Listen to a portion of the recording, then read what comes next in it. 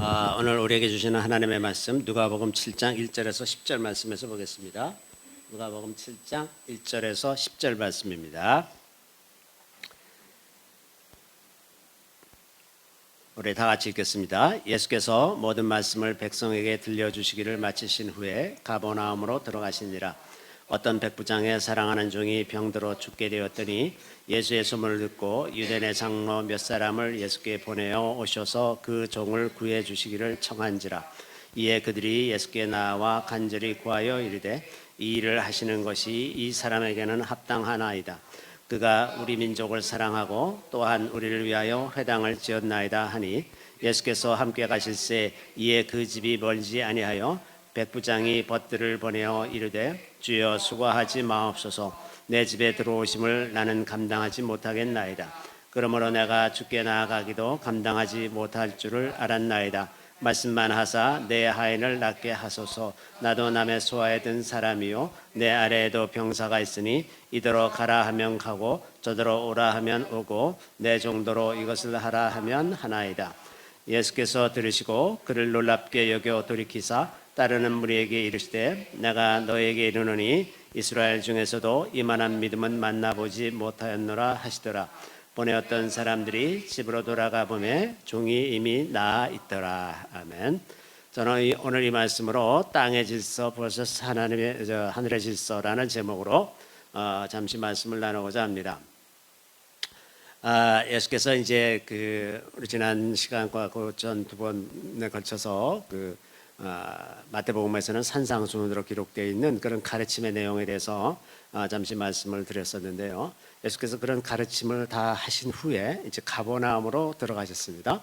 가버나움은 예수님께서 굉장히 많이 활동하시던 곳이죠. 그래서 예수님이 가령 누가복음 4장에 나사렛의 회당에 들어가서 이사야 61장의 말씀을 읽으시고 오늘 이 말씀이 너에게 응하였다 그렇게 하신 그때 이미 그 전에 가버나움에서 사역하셨던 것들이 있었고 그 소식이 이제 그 고향 나사렛에도 전해져서 예수님이 이제 그렇게 말씀하시죠. 내가 가버나움에서 행한 일을 여기서도 해봐라. 이제 그런 얘기를 할 텐데 나는 이제 그렇게 하지 않겠다 이런 말씀을 하신 그런 적이 있었어요. 그런 것처럼 이 가버나움은 예수님의 갈릴리 지역에서 예수님의 주 활동 무대 중에 하나죠. 가버나움이라는 게 이제 오늘 나훔 얘기가 나왔었는데 케페르나훔이라서 그 원래 이름이 케페르나훔이에요. 위안의 위로의 성읍 이런 뜻입니다. 위로의 마을. 가버나움이 이제 그런 의미죠. 자, 그래서 거기서 이제 그쪽으로 향해서 가는데 유대인의 장로들이 몇 사람이 와서 예수님께 와가지고 이 백부장이 있는데 백부장의 하인이 병들었는데 가서 병을 좀 고쳐 주십시오. 이 사람은 참으로 우리 민족을 위해서 선한 일을 많이 한 사람입니다. 그리고 가버나움에 회당도 지어준 사람입니다. 이제 이렇게 얘기하면서 간절하게 이제 당부를 했어요. 그랬더니 예수님께서 이제 아마 응하셨던 것 같습니다. 그래서 이제 그 백부장의 집을 향해서 가는데 거의 가까이 다가가니까 그 백부장이 이번에는 다시 그 친구들을 보내가지고 주님이 우리 집에 들어오시는 것을 제가 감당을 못하겠습니다. 그냥 말씀만 하사 낫게 하시면 나을 것입니다. 저도 내 밑에 수하가 있어서 이대로 가라 하면 가고 오라 하면 오고 이것을 하라 하면 그렇게 합니다. 이제 이런 말을 그 친구들을 통해서 전했어요. 우리 생각으로 보면 이게 좀 무례한 게 아닌가. 오히려 주인이 나와서 이렇게 예수님한테 그렇게 말을 해야 되는 게 아닌가 싶은데 다 이제 장로들을 한 번 보내고 또 이제 자기 친구들을 보내서 이렇게 두 번 예수님께 말씀을 전했는데 그 말씀을 듣고서 예수님이 크게 감탄하시면서 뒤따르는 많은 사람들을 보고서 하시는 말씀이 내가 이스라엘 중에서 이만한 믿음을 가진 사람을 보지 못했다. 그러면서 이제 주님이 말씀하시니까 그 시간에 그 백부장의 하인이 이제 다 낫게 되었다는 그런 기록입니다. 우리는 이제 이 백부장처럼 아마도 백부장이 가버나움에 살면서 많은 소문을 들었을 것 같아요. 왜냐하면 예수님께서 그곳에서 많은 사역을 하셨고 또 갈릴리 지역에 그렇게 멀지 않은 다 그 일대였기 때문에 예수님이 뭐 중풍병자를 고치셨다거나 혹은 나병 환자를 고치셨다거나 여러 환자들을 고치셨다는 그런 내용들을 아마 다 소문으로 이제 들었다고 볼 수가 있습니다. 그렇다고 해서 그 예수에 대한 소문을 듣고 예수님에 대해서 좀 생각을 해보고 그를 하나님을 경외하고 그런다고 하더라도 그렇다고 해서 백부장처럼 말할 수 있는 건 아니죠. 백부장이 오늘 말한 내용들은 정말 굉장히 탁월한 데가 있죠. 이 백부장이 보기에 이 예수님은 그 만유의 주인이시다. 그래서 그분이 말씀만 하시면 틀림없이 다 병도 다 낫고 귀신도 쫓겨나가고 그렇게 된다는 것을 그 소문을 들은 몇 가지 사실로 인해서 그 질서를 딱 이해를 했어요. 그래서 그런 그 자기가 백부장으로서 지내면서 자기도 남의 수하에 있고 또 자기 밑에도 다른 많은 부하들이 있어서 이렇게 명령하면 이런 일들이 시행되고 있다는 그 자기의 인생의 경험을 통해서 하나님의 질서도 그와 같을 것이라는 것을 깨달은 거죠. 그 깨달았기 때문에 하나님이 주인이시고 예수께서 창조주시며 그러면 예수께서 말씀하시면 다 되는 거구나. 다 되는 거구나. 그 얼마나 많은 자기의 천사들이 있을 것이며 그 수하에 하나님의 그 말씀을 듣는 사람들과 천사들이 다 있을 테니 명령만 하면 다 이루어질 거라는 것을 깨달은 겁니다. 그러니까 그렇게 놓고 생각해 보니까 그런 분이 우리 집에 들어온다는 건 도대체 자기가 감당할 수가 없는 너무나 굉장한 분이 우리 집에 들어오는 건 우리는 너무 누추해서 감당을 못하겠다. 그래서 이제 친구들을 보내고 우리 집에 들어오시는 것을 내가 감당을 못하겠습니다. 이렇게 말씀을 드리는 거죠. 사실 피조물에는 하나님을 알 만한 것이 밝히 드러나 있다고 성경이 이렇게 얘기하고 있습니다. 로마서 1장 20절에 보면 창세로부터 그의 보이지 아니하는 것들 곧 그의 영원하신 능력과 신성이 그가 만드신 만물에 분명히 보여 알려졌느니 그러므로 그들이 핑계하지 못할지니라. 하나님께서 이 천지 만물을 다 하나님께서 지으셨기 때문에 그 모든 그 만물 안에는 하나님의 질서가 들어가 있는 거예요. 하나님의 생각과 마음과 하나님의 사랑과 그 성품이 모든 피조물의 질서 안에 들어가 있고 그것을 사람들이 깨달아 알 수 있을 만큼의 그러한 것들이 사람에게도 주어져 있다고 하는 것입니다. 왜냐하면 사람도 하나님의 형상을 가지고 만들어진 하나님의 피조물이기 때문에 그렇다고 하는 겁니다. 그래서 이제 이 사도 바울이 로마서를 통해서 얘기하는 것처럼 그의 보이지 않은 것들 그 영원하신 능력과 신성이 모든 피조물에 분명히 보여서 나타나게 되어 있다고 하는 겁니다. 그러니까 이 백부장도 그 마음의 양심, 맑은 양심을 통해서 생각해 보면 이건 이렇게 되는 것이구나 하고 깨달을 수가 있다고 하는 거죠. 하나님이 우리에게 양심을 주셔서 하나님을 찾는 마음, 그리고 하나님을 깨닫는 마음을 주셨다는 것을 알 수가 있습니다. 물론 사람이 죄로 인해서 그 양심이 더러워졌기 때문에 그것을 완전히 깨달을 수는 없지만 그래도 그 양심을 가지고 있는 사람들은 어느 정도 그 진리에 가깝게 갈 수 있다는 것을 알 수가 있는 거죠. 사실 우리 눈에 보이는 것은 하늘나라에 있는 것들의 그림자죠. 이 하늘나라라고 하는 이 세계, 영적인 세계와 이 땅이라고 하는 물질 세계가 완전히 서로 다른 질서 속에 있는 것이 아니라 동일한 하나님께서 지으셨기 때문에 한 질서 안에 있는 거예요. 그래서 물질 세계의 질서를 통해서 우리가 깨닫는 것은 하늘나라의 질서라는 거예요. 이게 완전히 별개가 아니라 이 세상을 양심이 있는 하나님의 음성을 들으려고 하는 그 양심이 있는 그 양심이 살아있는 눈으로 이 물질 세계의 질서를 보면 하늘나라의 질서를 이해하고 깨달을 수가 있다고 하는 거죠.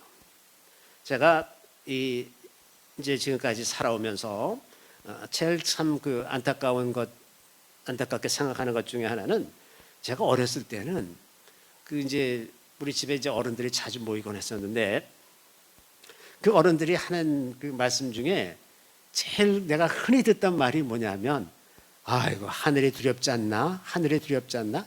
그 말을 그렇게 많이 했어요. 세상에 무슨 좀 흉악하고 이런 일들이 일어나고 어떤 정치가들이 무슨 아주 하지 못할 일들을 하고 이러면 야 정말 하늘이 두렵지 않나 이런 얘기를 입에 달고 사셨어. 그런데 요새는 그런 말을 하는 사람이 없어. 요즘은 크리스찬들도 하나님을 무서워하지 않기 때문에 하늘을 두려워한다는 것은 이제 없어요. 그런데 그런 마음 믿지 않는 사람도 예전에는 다 하늘을 두려워하면서 살았어요. 그렇기 때문에 그들은 가르쳐주지 않고 교회 나가지 않아도 하나님의 질서 안에서 살았다는 것을 우리가 알 수가 있습니다. 그런데 이렇게 그 하나님의 질서라는 것이 이 땅의 질서와 다 연결이 되어 있는 것이고 그 땅의 질서를 통해서 하늘의 질서도 이해할 수 있게 되는 것임에도 불구하고 오늘날 교회에서는 이 하나님의 질서에 대해서 너무나 무지하고 가르치지 않기 때문에 교회 자체에도 큰 위기를 맞은 것으로 그렇게 저는 생각이 듭니다. 오늘날 교회는 지나치게 구원의 문제에만 관심을 가지고 내가 예수 믿고 죽어서 천국 가는 것 이거에만 관심이 있지 그 하나님의 질서를 우리가 존중하고 지켜야 된다는 것에 대해서는 너무나 무관심하다고 하는 겁니다. 정말 우리의 믿음이 이 백부장처럼 예수께서 병자들을 고치시고 이러는 것을 보고 그분이 창조주시구나 그분이 만물의 주인이시구나 하는 것을 아주 마음 깊이 딱 깨달아서 이 자기 하인 자기 자녀들도 아니고 이 하인을 위해서 사람들을 보내고 유대인들한테 부탁하고 그렇게 해서 고쳐달라고 그분이 말만 하면 다 나을 거라는 것을 그렇게 믿으면서 살아가는 이 백부장의 믿음 같은 믿음이 우리 안에도 과연 있는가? 우리는 정말 예수 그리스도가 우리의 창조주시고 우리의 주인이 되시는 분이시라는 것을 정말 믿는가? 세상의 모든 만물들이 모든 일들이 다 하나님의 주관 아래에 있다는 것을 우리가 과연 믿는가? 우리가 극한 질병 속에서 극한 환난과 어려움 속에서 하나님은 우리와 함께 계시다는 것을 과연 믿는가? 이것을 우리가 좀 생각해 볼 필요가 있을 것 같습니다. 이 세상에는 분명히 우리가 예수를 믿건 안 믿건 분명히 지켜야 할 하나님의 질서가 있습니다. 그 우주 만물에 하나님의 질서가 나타나 있고 그 하나님의 질서가 유지되어야만 하는 그런 것들이 있습니다. 그 하나님의 질서가 유지되지 않으면 문명이 이제 붕괴되고 완전히 쇠퇴해버리는 그런 일들이 역사 속에 아주 분명하게 많이 있는 거죠. 그런데 사람이 이제 특히나 서구의 역사를 보면 사람이 이제 교만해지기 시작해서 하나님을 대적하여 일어나고 많은 하나님을 대적하고 하나님의 질서를 무시하는 그런 사상들이 생겨나면서 서구가 어떻게 멸망했는지 우리가 지금 눈으로 똑똑히 보고 있습니다. 서구 사회는 사실 일찍 기독교 복음을 받아들여서 아주 크게 번성하고 세계 문명의 기초를 닦았죠. 그 기독교 유대 주디오 크리스찬이라고 이렇게 말하죠. 유대 기독교적인 그 틀이 지금 세계 문명의 표준이 되었지 않습니까? 그것이 유럽 서구 국가들을 통해서 하나님께서 하신 일들인데 그럴 만큼 그런 놀랍게 번영을 누리고 또 가장 진보된 정치제도와 모든 경제 활동, 모든 과학 기술 이런 모든 것들을 이제 완전히 가장 높은 성숙한 수준으로 이루어 갔는데 그 문명이 가장 고도로 발달하는 그 시점쯤에 사람들은 계몽주의 사상이라든지 진보 사상 혹은 좀 더 나아가서 진화론이라든지 뉴에이지 사상이라든지 막시즘이라든지 이렇게 하나님을 대적하고 하나님을 역사 속에서 빼어버리는 그런 사상이 계속해서 이제 18세기, 19세기, 20세기를 지나면서 이제 완전히 그 서구 사람들의 마음을 사로잡고 그래서 그 마음 속에서 하나님을 점점 지워나가기 시작한 결과 이제는 완전히 하나님을 대적하는 질서로 자리 잡은 것을 우리가 알고 있습니다. 그래서 하나님께서 이 서구 이 사회 속에서 20세기에 인류 역사상 가장 컸던 그리고 가장 비참했던 두 차례의 세계 대전을 일으키게 하시고, 그런 것들이 하나님께로 돌아오라고 하는 아주 분명한 사인이었을 것임에도 불구하고 오히려 점점 더 하나님을 대적하는 질서로 갔죠. 그래서 오늘날 그 PC 사상에 완전히 젖어서 동성애라든지 혹은 국경을 개방하는 문제라든지 자기 문명을 스스로 부인하는 이런 일까지 다 하면서 이제 그 특히나 우크라이나 전쟁이 일어난 이후로는 이제 서구는 제가 보기에는 거의 회복할 수 없는 수준까지 망했다는 생각이 듭니다. 그래서 이제 이 서구의 교회들, 그러면 서구의 교회들은 그동안에 뭐 했는가? 그 나라가 점점 하나님을 대적하는 질서를 세우고 동성결혼을 합법화하고 낙태를 장려하고, 그래서 하나님의 질서에 반하는 일들을 계속해서 제도화해 나가고 있을 때 교회가 도대체 무엇을 했는가? 그래서 전혀 저항하지 못하고, 또 조금 더 거슬러 올라가면 나치가 히틀러가 독일을 장악하고 그 큰 전쟁을 일으키고 이러는 과정에 독일의 교회는 무엇을 했는가? 이런 반성을 해보게 되는 것입니다. 영국의 한 그 교회 지도자가 몇 년 전에 이제 한국에 와서 한국 교회에 이런 이야기를 하고 갔었어요. 이제 한국 교회에게 부탁하기를 영국으로 선교사를 좀 보내달라. 더 이상 영국은 크리스천 국가가 아니고 선교사가 필요하다.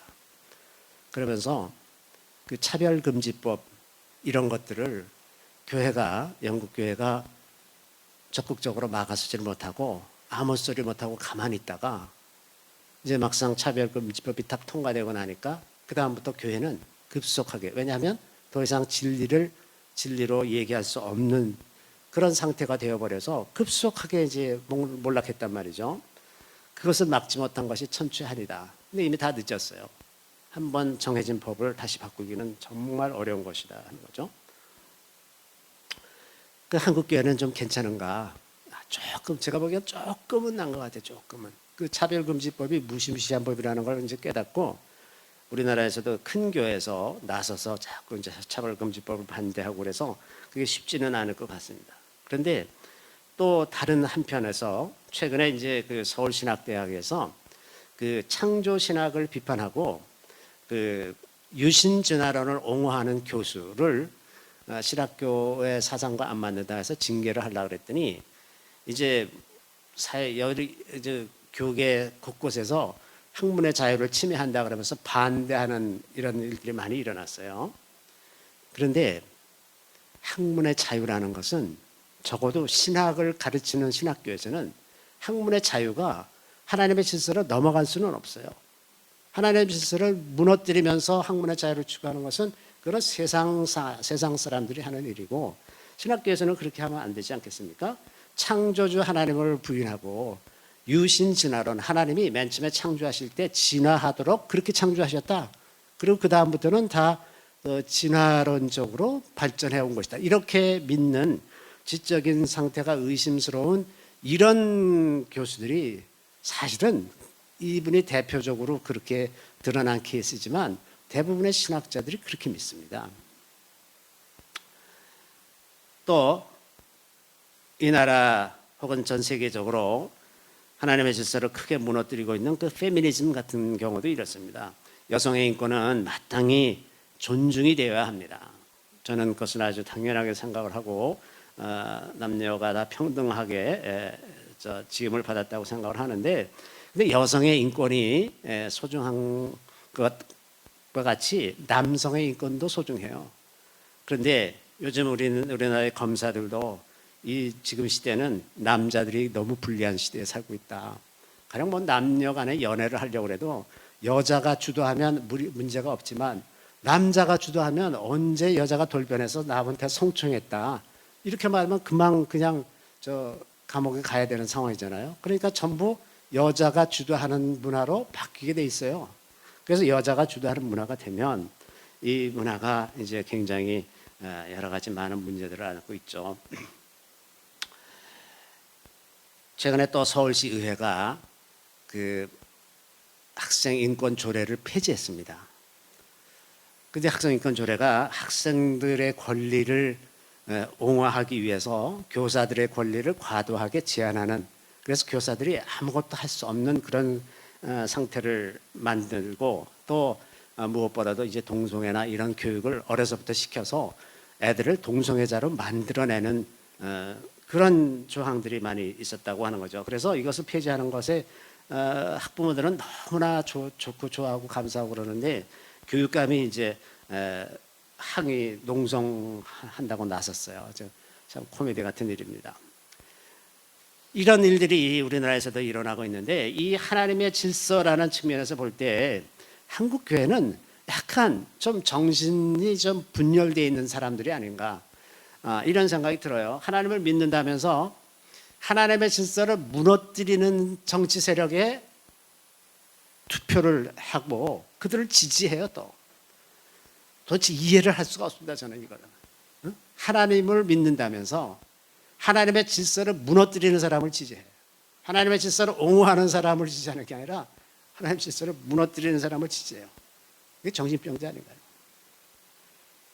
이제 이런 정신병에 아주 사로잡혀 있는 것, 이런 것이 지금 한국 교회 문제가 아닌가. 진화론의 문제도 그렇고, 이런 그 정치 이런 영역에서도 이런 비슷한 일들이 계속 일어나고 있는 거죠.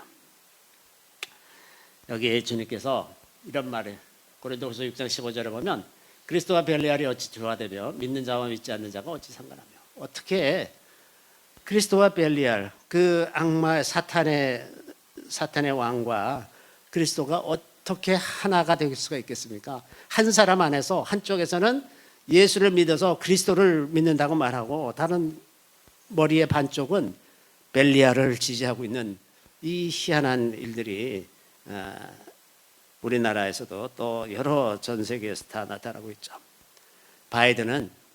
미국 바이든은 최근에, 자기는 카톨릭의 명색이 카톨릭 신자인데, 그 사람이 이제 그 부활절날, 지난 부활절날을 동성애자 인권의 날로 선포를 했어요. 왜 하필이면 부활절에 그런 일을 하며.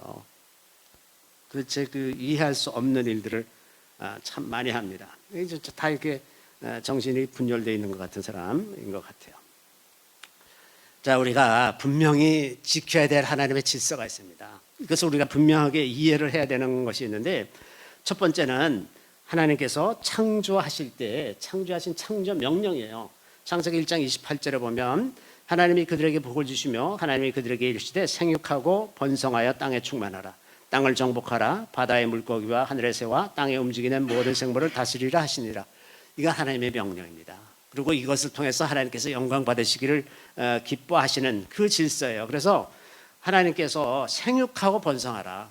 사람 자녀들 많이 낳고 그 자녀들을 이제 키워서 그 온 땅에 다 퍼져서 살 수 있도록 그렇게 하시는 것이 하나님의 계획입니다. 그래서 이것을 제일 거스르는 거가 낙태하는 거지, 낙태.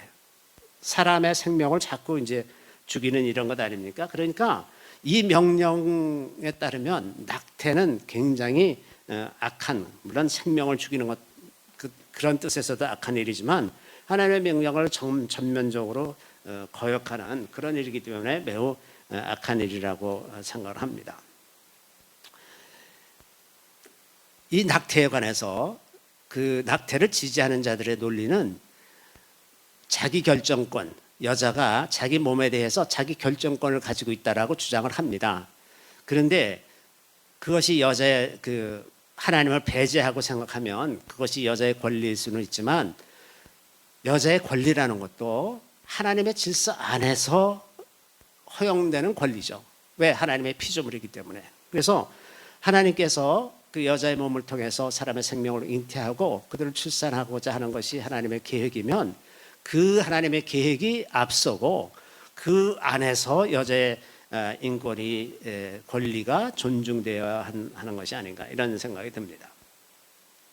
또 여기 이제 이 본문 말씀에 보면 땅을 정복하고 다스리고 바다의 물고기, 하늘의 새, 땅에 다니는 모든 것들을 다스리라 하는 건데, 이것은 그 의미가 무슨 착취적으로 다스린다거나 그것을 마음대로 난개발을 해서 다 망가뜨리고 이러라는 뜻이 아니, 그런 권한이 있다는 뜻이 아니라 그것들이 하나님의 영광을 드러내도록 하라는 뜻입니다. 하나님의 영광을 드러내도록. 그런데 오늘날 환경론자들은 이 처음에 이제 그 환경 운동을 처음 시작하고 이런 1960년대 이때는 사람들의 그 관심을 자연 환경으로 이제 돌리고, 그래서 환경이 소중하다는 것을 깨우치는 데는 아주 크게 도움을 많이 주었지만, 이 환경 운동도 과도하게 나간 거예요. 마치 페미니즘이 과도하게 나간 것처럼 과도하게 나가서 오늘날은 이 환경 문제가 사실은 인류의 삶을 옥죄는 가장 큰 제약 요인이 되었어요.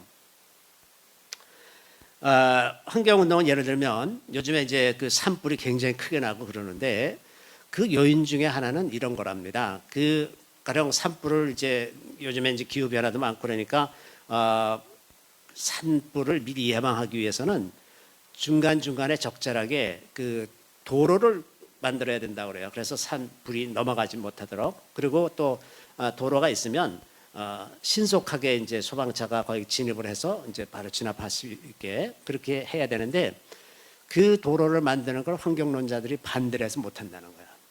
그 다음에 그 연료가 되는 낙엽들을 이제 잘 자꾸 긁어내고, 그래서 그 연료를 줄여놔야 그 불길이 크게 번지는 것을 막을 수가 있는데, 그것도 자연은 그대로 놔둬야 된다라고 주장해서 못 건드린다는 거예요. 그래서 이제 이런 것들이 또 문제가 되고, 또 반대로 그 신재생 에너지를 한다고 이제 그 태양광 사업을 한다면서 나무를 또 다 베어버리잖아요. 있는 나무는.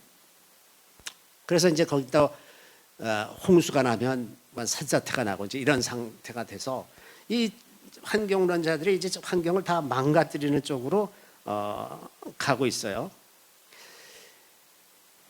이제 그 중에서 제일 하이라이트는 CO2에 관한 것입니다. 그 온실가스를 배출하기 때문에 기후가 이제 점점 온난화가 되고 있다 그러는데, 요즘에 이제 그 NTD라는 방송에서 기후 변화에 대한 그 다큐멘터리를 아주 재밌는 것들을 계속해서 지금 올리고 있었는데, 거기 보면 그 사실 그 기후 변화가 과학적이라고 생각하는 과학자는 별로 없다 하는 겁니다. 저도 그게 순 사기라고 생각을 해요. CO2가 대기 중에 차지하는 비중이 0.04%라고 그래요. 0.04%. 근데 그 0.04%에서 조금 더 늘은다고 해서 그것 때문에 기후가 변하겠느냐. 그 기후 변화가 일어나고 있다고 주장하는 그 데이터, 그 온도가 계속 올라가고 있다라고 하는 데이터를 추적을 해보니까 이 기상학자들이 얼마나 엉터리 같은 데이터를 사용했는지, 그게 이제 1970년대, 60년대 이렇게 설치한 그 온도 측정하는 위치가 있잖아요. 저희가 어렸을 때 초등학교 때 뭐라 그러죠? 그거 온도 측정하고 이러는 걸 온습도계에 이제 왜 설치하고 그러는 거 있잖아요. 그거를 다 이제 시골에 설치하게 돼 있어요. 시골에 원래 도시 지역이 아니고. 그래서 이제 교외에다 설치를 했는데 백엽상이라고 그러죠. 그거를 교외 지역에 설치를 하는데, 이제 지역 개발이 돼가지고 그게 점점 더 시내 쪽으로 다 들어갔어요. 그러면 시내가 사람들이 모여 살면 열섬이 되잖아요. 거기서 열을 많이 사용하고 그러니까 이제 뜨거워진단 말이에요. 그럼 그 주변보다 거기 항상 온도가 더 높아요. 근데 그 온도 측정하는 위치를 교외로 옮기지 않고 그 자리에 그대로 둬. 그러니까 계속 온도가 올라가는 것처럼 돼 있어요. 근데 그 온도 측정하는 기술이 이제 지금은 많이 발달해서 그 인공위성으로도 전 지구를 다 측정을 하는데, 인공위성으로 측정해 보면 그 데이터가 지금 어떻게 나오냐 하면 1940년대 온도에서 지구 온도가 점점 식어서 1970년대 제일 밑에까지 내려왔다 그래요. 그랬다가 거기서부터 다시 지금 몇십 년 주기로 다시 조금씩 올라가 가지고 지금의 지구 온도는 1940년대 온도하고 비슷하다고 그래요. 그 사이클이 있는 거예요. 원래 몇십 년마다 이렇게 사이클이. 근데 이거를 시중에서 시내에서 측정한 데이터를 가지고 보니까 도시는 사람들이 점점 몰리니까 점점 온도가 올라가는 것처럼 되는 거예요. 그리고 또 한 가지는 그래서 이 환경론자들이 주장하는 거는 지구 온도가 1.5도만 올라가면 인류의 큰 위기가 오는 것처럼 주장을 해요. 해수면이 얼마나 상승하고 뭐 어떻게 돼서. 그런데 지금까지 데이터를 보면 그 각 한 해의 평균 기온의 차이가 5도까지 정도 차이가 난다 그러는 거예요. 한 도시에서 어떤 해에는 5도가 높고 어떤 해는 5도가 낮고 이런 정도로 차이가 나는데 그걸 사람은 전혀 느끼지도 못한다는 거예요. 5도가 차이 나도 전혀 느끼지 못하는데 이 환경론자들은 1.5도만 올라가면 인류가 멸망한다라고 주장하는 거예요. 이런 식으로 해가지고 이제 그게 뭐 실제 삶에 어떻게 영향을 미치냐 하면 미국 집값이 요즘 굉장히 비싸요. 왜 비싸냐면 땅이 넘쳐나잖아요. 미국은 땅이 넘쳐나서 땅이 쌀 수밖에 없는데 그걸 개발하고 집을 지려면 환경영향평가한다고 해서 2, 3년 걸리고 또 가능하면 억제해서 못 짓게 만들어. 그러니까 땅이 넘치는데 집 지을 땅이 없어요. 그래서 집값이 엄청 비싸지고 사람들이 집으로 못 오게 되고 또 이제 그 발전소를 못 세우게 하니까 전기값이 계속 올라가잖아요. 그 신재생 에너지를 쓴다 그러는데 그거는 그 재래식 발전 단가에 비하면 3배, 4배 된단 말이죠. 가령 원자력 발전을 하면 킬로와트당 원가가 한 45원, 50원 이 정도밖에 안 돼요. 근데 그 천연가스를 쓰면 120원, 신재생 에너지는 200원입니다. 그러니까 발전 단가가 한 5배 이상 높아요. 그러면 모든 국민들이 전기값을 5배 낼 각오를 하고 있냐? 한 3, 4만 원 내던 사람들이 20만 원씩 내는 거 준비가 돼 있느냐? 지금 서구 사회는 지금 다 그렇게 가가지고 갑자기 독일은 전기값이 한 달에 100만 원씩 나고 이래요. 그럼 어떻게 살아? 못 살잖아. 그러니까 이게 있지도 않은 그 기후변화 이 이슈를 가지고 세계 모든 인류를 아주 궁핍하게 만드는 그런 이 대사기라고 하는 거예요. 그래서 우리가 하나님께서 생육하고 번성하라 땅에 다스리라.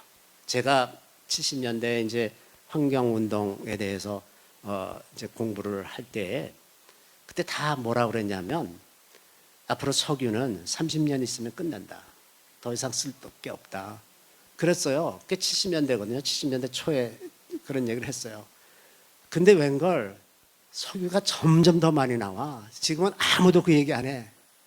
석유가 고갈될 거다. 지금은 그런 얘기를 안 해요. 그래서 오히려 어떤 얘기까지 하냐면 석유는 계속 만들어지고 있다. 그렇지 않고서 어떻게 이렇게 석유가 자꾸 이렇게 넘치느냐. 지금 개발 안 해서 그렇지 넘치단 말이죠. 이제 이런 식의 값싼 연료는 왜 내버려두고 비싼 연료 쓰면서 고생하면서 사냐 말이죠. 자, 두 번째 우리가 지켜야 될 그 질서는 이 남녀 간의 질서에 관한 문제입니다. 여기 이제 고린도전서의 6장에 보면 이런 말씀이 있어요. 불의한 자가 하나님의 나라를 유혹으로 받지 못할 줄을 알지 못하느냐. 미혹을 받지 말라. 음행하는 자나 우상 숭배하는 자나 간음하는 자나 탐색하는 자나 남색하는 자나 도적이나 탐욕을 부리는 자나 술 취하는 자나 모욕하는 자나 속여 빼앗은 자들은 하나님의 나라를 유혹으로 받지 못하리라. 천국 못 간다는 얘기예요. 여기에 보면은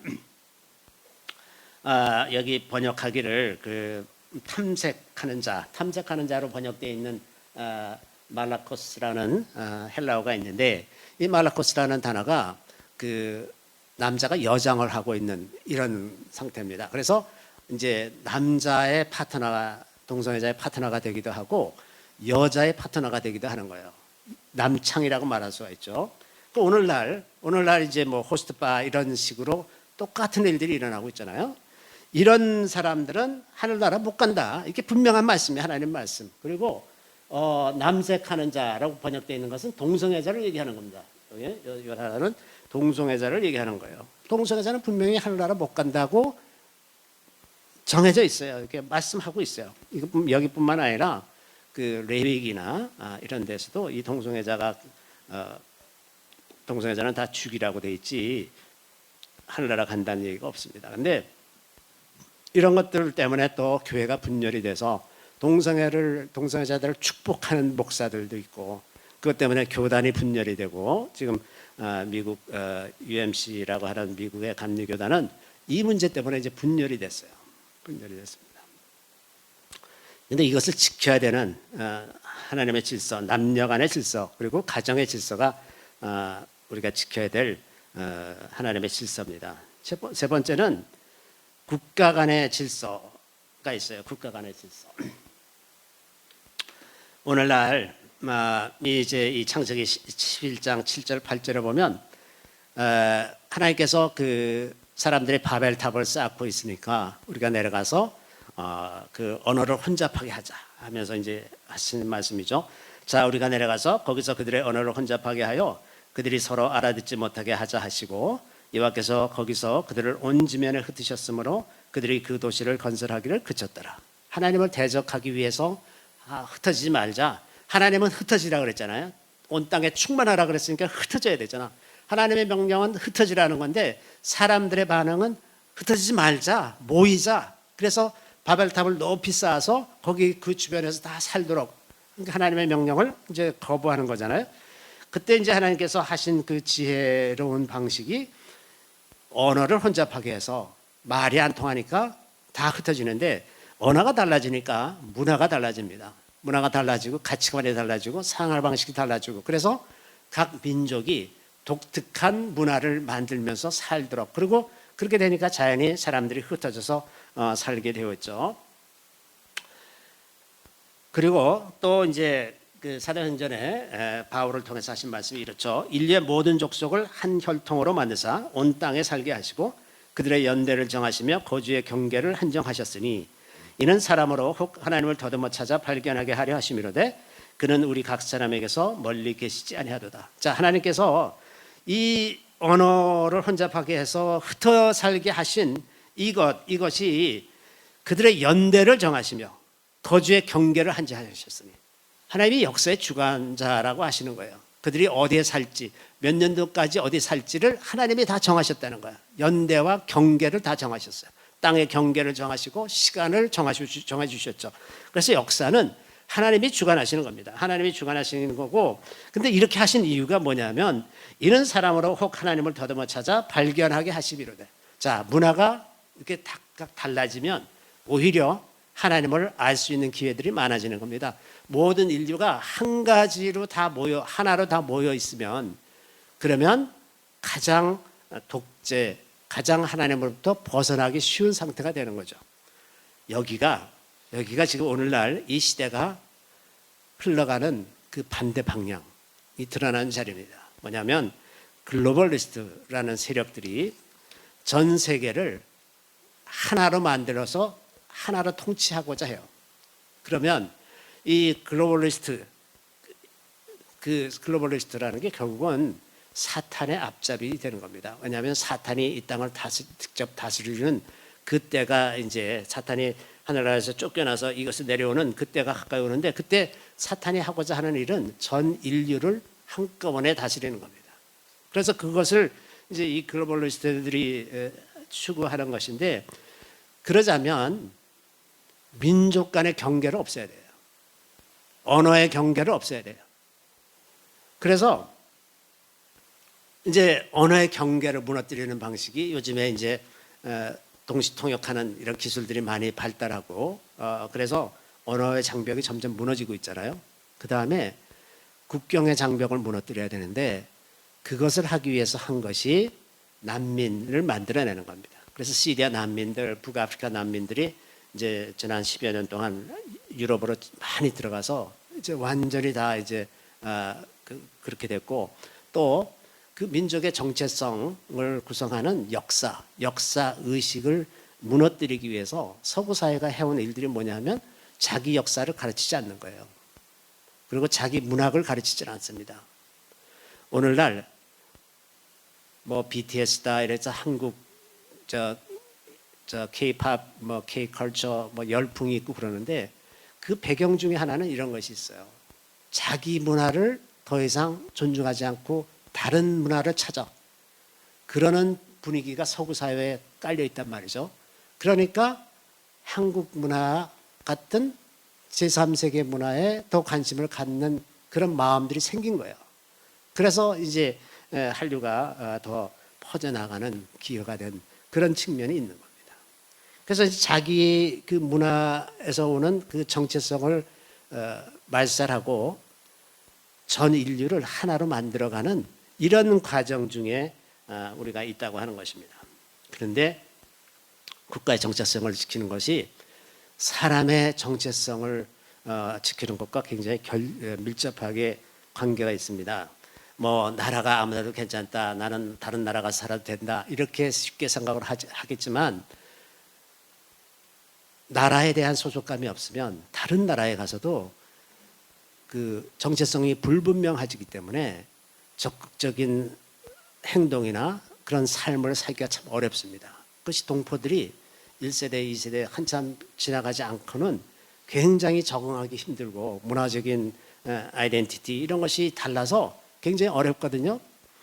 사람이 정체성이 무너지는 것은 굉장히 큰 문제입니다. 그래서 이제 그 지금 하나님을 대적하는 세력은 그 사람에게 있는 그 정체성, 민족에 대한 정체성, 문화에 대한 정체성을 무너뜨리는 것이 목표예요. 무너뜨리는 것이. 그래서 이런 그 국가 간의 질서와 그 문화에 대한 것을 우리가 좀 분명히 이해를 해야 되고, 넷째로는 인간관계의 질서, 인간관계의 질서가 필요합니다. 이 질서에는 10계명의 그 5계명부터 있는 계명들 이런 것이 이제 인간관계를 나타내는 기본적인 질서죠. 내 부모를 공경하라. 그리하면 내 하나님 여호와가 내게 준 땅에서 내 생명이 길리라. 살인하지 말라, 가늠하지 말라, 도둑질하지 말라, 내 이웃에 대하여 거짓 증거하지 말아라. 내 이웃의 집을 탐내지 말라. 내 이웃의 아내나 그의 남종이나 그의 여종이나 그의 소나 그의 낙이나 물은 내 이웃의 소유를 탐내지 말라. 이것은 인간관계의 질서예요. 이게 10계명이라서 지키는 것이 아니라 세계 어느 나라나 문명을 이룬 나라들은 이것이 다 기본적인 질서입니다. 그렇죠? 어느 나라나 있는 질서예요. 이게 10계명이라서 지켜야 된다는 그런 편협한 생각이 아니라 어느 나라에서나 이것이 다 지켜져야 된다고 하는 건데 문제는 오늘날 이것이 다 무너지고 있다는 겁니다. 예전에는 이것이 상식이었는데 어느 문명이나 하나님을 믿건 안 믿건 이것이 상식이었는데 이제는 그렇지 않은 시대에 살고 있다고 하는 거예요. 자, 미국에서는 요즘에 집을 잠깐 비운 사이에 그 거린들이 집을 뚫고 들어가서 거기 들어가 점령했어요. 그래서 이제 집주인이 어느 날 가서 이제 그 점령한 사람들이 잠깐 자리를 비운 사이에 가서 그 열쇠를 바꿨어. 바꿨더니 이 사람이 체포됐어요. 자기 집을 자기가 지키지를 못해요. 그 사람들에게 큰 해를 끼쳤다는 거예요. 이게 지금 미국이 무너지고 있는 현장입니다. 도둑질 하지 말라? 도둑질 해라요. 도둑질 해라. 아주 혼란에 빠져 있습니다. 이 10계명을 지키는 것이 예전에는 너무나 당연한 상식, 뭐 말할 필요도 없는 상식이었는데 이제는 그렇지 않은 시대가 되고 있단 말이죠. 그래서 믿음이라고 하는 것은 그냥 단지 예수 믿어서 하늘나라 가는 것이 전부다가 아니라 하나님의 질서를 이 땅에 유지하는 것, 이것이 우리에게 주어진 굉장히 중요한 책임이라고 하는 것입니다. 이 질서가 무너지면 같이 다 망하는 거예요. 인류가 다 같이 망하는 겁니다. 그래서 이 질서를 유지하는 쪽에 정치적인 힘을 모아주고 이렇게 해야 되는 거예요. 무슨 뭐 예수 믿는다. 요새 뭐 국회의원 선거를 최근에 했습니다만은 뭐 선거철만 되면 정치가들이 저 교회 번질나게 들라들고 무슨 저 인사하고 뭐 이러는 일들을 많이 하는데 거기 드나든다고 해서 그 사람이 크리스찬이 되는 것도 아니고, 크리스찬이라고 해서 이런 생각을 가지고 있는 것도 아니고, 믿지 않아도 얼마든지 하나님의 질서를 존중하는 그런 사람들이 많이 있잖아요. 페르시아의 고레스 왕같이 얼마든지 하나님의 질서를 존중하는 믿지 않는 왕들이 있을 수가 있어요. 얼마든지 그럴 수가 있습니다.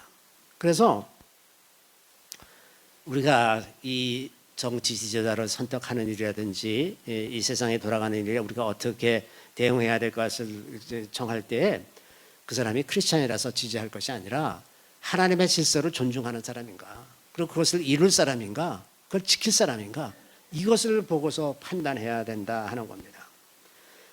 결국은 오늘날과 같이 혼란한 시대에서는 나라를 지키는 것이 거듭 얘기하지만 크리스찬들밖에 없어요. 그 누구도 적극적으로 나서서 이래야 된다라고 말할 수 있는 사람이 없어요. 왜? 아무도 이 시대에 어떤 절대적인 기준이 있다고 믿는 사람들이 별로 없기 때문에 그래요. 우리는 분명히 알기를 하나님이라고 하는 절대적인 존재가 있다는 것, 그래 그분의 말씀이 절대적인 것이라는 것을 믿는 그 크리스찬들이 나라의 질서를 세우고 유지해가는 일에 힘을 써야 한다고 하는 겁니다. 그것이 우리가 우리 자신을 지키는 방법이기도 하고요, 이 나라를 지키는 방법이기도 합니다.